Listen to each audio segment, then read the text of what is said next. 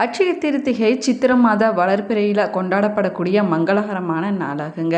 இந்த நாளில் மகாலட்சுமியுடைய பரிபூர்ணமான அருளை பெறுவதற்கு மிக முக்கியமான நாளாகவும் சொல்லப்படுது. இந்த நாளில் வாங்க வேணும் அப்படிங்கிறது நிறைய பேர்த்தோட நம்பிக்கையை இன்றளவுமே இருந்துட்டு தாங்க இருக்குது. ஆனால் தங்கம் வாங்க முடியாதவங்க இந்த நாளில் வேறு என்னென்ன மங்கள பொருட்களை வீட்டில் வாங்கி வைத்து வழிபட்டோம்னா தங்கம் வாங்கியதற்கு இணையான பலன்கள் கிடைக்கும் என்பதை பற்றி தான் இந்த பதிவில் நம்ம விரிவாக பார்க்க போகிறோம். வீடியோவை ஸ்கிப் பண்ணாமல் முழுசாக பாருங்கள். நம்ம சேனலை இப்போ தான் ஃபர்ஸ்ட் டைம் பார்த்துட்டு இருக்கிறீங்க அப்படின்னா நம்ம சேனலை சப்ஸ்கிரைப் பண்ணலன்னா சப்ஸ்கிரைப் பண்ணிக்கோங்க. கூடவே இருக்கிற பெல் ஐக்கானையும் ப்ரெஸ் பண்ணிக்கோங்க. இன்றைக்கி இருக்கிற காலகட்டத்தில் பார்த்திங்கன்னா கருங்காலி மாலையை பற்றி யாருமே தெரியாதவங்க இருக்கவே முடியாதுங்க. கருங்காலி மாலையை நிறைய பேர் கையில் அணியக்கூடிய ப்ரேஸ்லெட்டாகவும் கழுத்தில் அணியக்கூடிய மாலையாகவும் ஜப மாலையாகவும் நிறைய பேர் பயன்படுத்திட்டு தான் இருக்கிறாங்க. கருங்காலி மாலைக்கு பார்த்திங்கன்னா நேர்மறையான ஆற்றல்களை உள்ளிருக்கக்கூடிய தன்மையானது அதிகமாகவே இருக்குதுங்க. உங்களுக்கும் கருங்காலி மாலை வேணும் அப்படின்னா இந்த வீடியோவுக்கு கீழே டிஸ்கிரிப்ஷனில் வாட்ஸ்அப் நம்பர் கொடுத்துருக்குறேன். இந்த எண்ணுக்கு தொடர்பு கொண்டு பேசி பாருங்கள். நீங்கள் அட்சய திருத்திகை நாளில் என்ன பொருட்கள் வீட்டுக்கு வாங்குவீங்க என்பதை மறக்காமல் கமெண்ட் பாக்ஸில் கமெண்ட் பண்ணுங்கள். உங்களுடைய குல தெய்வத்துடைய பெயரையும் இஷ்ட தெய்வத்துடைய பெயரையும் மறக்காமல் கமெண்ட் பாக்ஸில் கமெண்ட் பண்ணுங்கள். அட்சய திருத்திகை அப்படிங்கிறது இந்துக்களால் கொண்டாடப்படக்கூடிய ஒரு முக்கியமான பண்டிகையாகுங்க. வசந்த காலத்தின் தொடக்கமாகவும் சொல்லப்படுது. வசந்தத்தையும் வளத்தையும் தரக்கூடிய நாளாக அட்சய திருத்திகை நாளானது சொல்லப்படுதுங்க. இந்த அட்சய திருத்திகை பார்த்திங்கன்னா சித்திரை மாத அமாவாசைக்கு அடுத்து வரக்கூடிய 3வது நாளில் இந்த அட்சய திருத்திகை நாளானது கொண்டாடப்படுது. இந்த ஆண்டு அட்சய திருத்திகை ஏப்ரல் 20ஆம் தேதி திங்கட்கிழமை அன்னைக்கு கொண்டாடப்பட இருக்குதுங்க. அட்சய திருத்திகை நாளுக்கு புராணங்களில் ஒரு கதையும் சொல்லப்பட்டிருக்குது. அது என்ன அப்படின்னு பார்க்கலாம் வாங்க. சூரிய பகவான் அட்சய திருத்திகை நாளில் தான் மகாபாரதத்தில் பாண்டவர்கள் வனவாசத்தில் இருந்தபோது அவர்களுக்கு உணவு தட்டுப்பாடு வரக்கூடாது என்பதற்காக பாஞ்சாலி வேண்டிக் கொண்டதன் பேரில் அல்ல குறையாத அட்சய பாத்திரத்தை வழங்கி அருள் செய்ததாக சொல்லப்படுதுங்க. அதனால தான் இந்த நாளில் மகாலட்சுமி மற்றும் குபேரரை நம்ம வழிபட்டோம்னா நம்முடைய வாழ்க்கையில் வளமும் நலமும் வந்து சேரும் அப்படின்னும் சொல்லப்படுது. அதே போல் சூரிய பகவானை வழிபடுவது ரொம்பவே சிறப்பு வாய்ந்ததாகுங்க. ஏப்ரல் 20ஆம் தேதி முருகப்பெருமானுக்குரிய கிருத்திகை நட்சத்திரமும் வர இருக்குது. அதனால் இந்த நாளில் முருகப்பெருமானையும் நம்ம வழிபட்டோம் அப்படின்னா நம்முடைய வாழ்க்கையில் அனைத்து விதமான பலங்களும் கிடைக்கும் அப்படின்னு நம்பிக்கையாக சொல்லப்படுது. அட்சய திருத்திகை என்பது பெருக்கத்திற்கு உரிய நாளாகுங்க. இந்த நாளில் எங்கே ஒரு பொருள் வாங்கினாலும் சரிங்க, என்ன செஞ்சாலும் சரி அது பல மடமாக பெருங்கும் அப்படிங்கிறது நம்பிக்கையாக சொல்லப்பட்டு வருது. அதனால தான் இந்த நாளில் தங்கம் வெள்ளி நகைகள் போன்ற விலை உயர்ந்த பொருட்களை வாங்குவதும் சொத்துக்களை வாங்குவதும் புதிய முதலீடுகள் செய்வதும் நிறைய பேர் வழக்கமாகவே வச்சுருக்கிறாங்க. அது மட்டும் இல்லாமல் புதுசாக வாகனம் வாங்குவது, புதுசாக தொழிலில் தொடங்குவது, மந்திர ஜபம் செய்வது, தானம் செய்வது, யாகம் செய்வது நிறைய பேர் அன்றைய நாளில் தொடங்குவதை வழக்கமாகவே வச்சிருக்கிறாங்க. ஆனாலும் அனைவராலும் தங்கம் வெள்ளி வாங்க முடியாதுங்க. அதே போல் விலை உயர்ந்த பொருட்களை புதிய வாகனங்களை சொத்துக்களை வாங்க முடியாது, சாத்தியமாகாத ஒரு காரியமாகுங்க. இதனால் தங்கத்திற்கு இணையான பலனை தரக்கூடிய சில மங்கள பொருட்களை நம்முடைய வீட்டில் வாங்கி வைத்து அட்சய திருத்திகை நாளில் மகாலட்சுமிக்கு படைத்து நம்ம வழிபட்டோம்னா நம்முடைய வாழ்க்கையில் மகாலட்சுமியுடைய அருளானது பரிபூர்ணமாக நிறைந்திருக்குங்க. நம்முடைய வீட்டில் எப்பொழுதுமே லட்சுமி கடாட்சகமானது நிறைந்திருக்கும். இந்த நாளில் மகாலட்சுமியுடைய அருளால் வீட்டில் குறைவில்லாத செல்வத்தை பெறுவதற்கு நம்ம வாங்க வேண்டிய 5 முக்கியமான பொருட்கள் என்ன என்பதை பற்றி பார்க்கலாம் வாங்க. அட்சய திருத்திகை நாளில் நம்ம தங்கத்திற்கு இணையாக வாங்க வேண்டிய பொருட்கள், சமையலுக்கு தேவையான பாத்திரங்களை நம்ம வாங்கி வைச்சோம் அப்படின்னா நம்முடைய வீட்டில் செல்வ வளமானது பெருகி கொண்டே இருக்குங்க.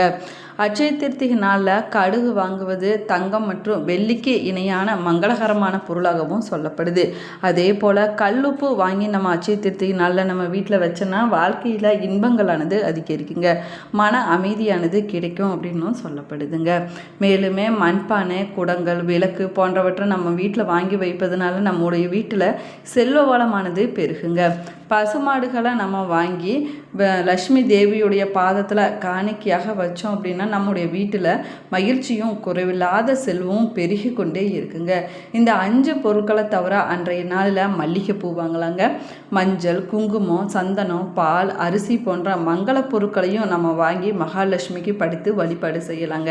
இந்த நாளில் மகாலட்சுமிக்கு நெய்வேத்தியமாக பால் பாயாசம் செய்து வழிபடுவது ரொம்பவே விசேஷமானதாக சொல்லப்படுது. பொதுவாக வெள்ளை நிறம் அப்படிங்கிறது சுக்கிர சுக்கிர பகவானுக்குரியதாகுங்க. அதனால் மகாலட்சுமியுடைய அருளை பெறுவதற்கு வெள்ளை நிறத்தில் இருக்கக்கூடிய பொருட்களை நம்முடைய வீட்டில் வாங்கி வைத்து வழிபடுவது இன்னுமே சிறப்பான பலன்களை பெற்றுக் கொடுக்குங்க. இந்த நாளில் நம்முடைய வீட்டில் பச்சரிசி, பார்லி, அரிசி போன்றவற்றை வாங்கி வைத்து வழிபடுவது சிறப்பானதாகுங்க. பச்சரிசி வாங்க விட்டாலும் பரவாயில்லைங்க, வீட்டுக்கு சமையலுக்கு பயன்படுத்தக்கூடிய அரிசியை கொஞ்சமாவது நம்ம வீட்டில் வாங்கி வைப்பது ரொம்பவே நல்லதுங்க. அதே போல் பருப்பு தானியங்களை நம்ம வாங்கி வைப்பது சிறப்பான பலன்களை பெற்றுக் கொடுக்குங்க. அட்சய திருத்திகை நாளில் மகாலட்சுமியுடைய அருளை பெறுவதற்கு தங்கத்தை விட மகாலட்சுமிக்கு விருப்பமான பொருளான கல்லுப்பை வாங்குவது ரொம்பவே விசேஷமானதாகுங்க. மகாலட்சுமி பார்க்கடலிருந்து தோன்றியவள் அப்படிங்கிறதுனால உப்பை அவளுடைய தாய் வீடாக சொல்லுவதனால மகாலட்சுமிக்கு உப்பு வாங்குவது ரொம்பவே விருப்பமானதாக சொல்லப்படுதுங்க.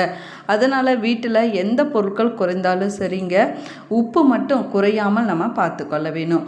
அட்சய திருத்திகை நாளில் கல்லுப்பையும் மங்களகரமான பொருளான மஞ்சளையும் வாங்கி வைத்து வழிபடுவது இன்னுமே சிறப்பானதாகுங்க. அட்சய திருத்திகை நாளில் வாங்க முடியாது என்றாலும் கூட பரவாயில்லைங்க, ஏற்கனவே நீங்கள் வாங்கி வச்சிருக்கக்கூடிய உப்பு மஞ்சளை பூஜை அறையில் வைத்து நீங்கள் வழிபடலாங்க. அட்சய திருத்தியை தானம் செய்வதற்கான நாள் என்பதனால இந்த நாளில் அரிசி, பருப்பு, கோதுமை, உடை போன்றவற்றை தானமாக கொடுப்பது ரொம்பவே சிறப்பானதாகுங்க. எதுவுமே முடியல அப்படின்னு சொல்லக்கூடியதவங்க ஏதாவது ஒரு உயிருக்கு பசி போக்கக்கூடிய வகையில் நீங்கள் அன்னதானம் கொடுப்பது இன்னுமே சிறப்பான பலன்களை உங்களுடைய வாழ்க்கையில் பெற்றுக் கொடுக்குங்க.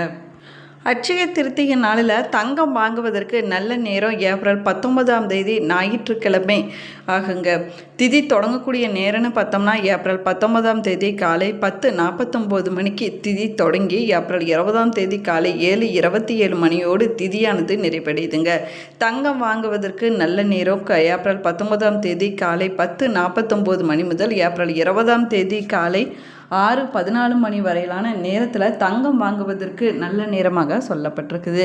அட்சய திருத்திகை நாளில் நம்ம தானம் செய்வதனால நம்முடைய பாவங்கள் அனைத்துமே விலகி அளவில்லாத புண்ணிய பலன்களானது நம்முடைய வாழ்க்கையில் கிடைக்குங்க.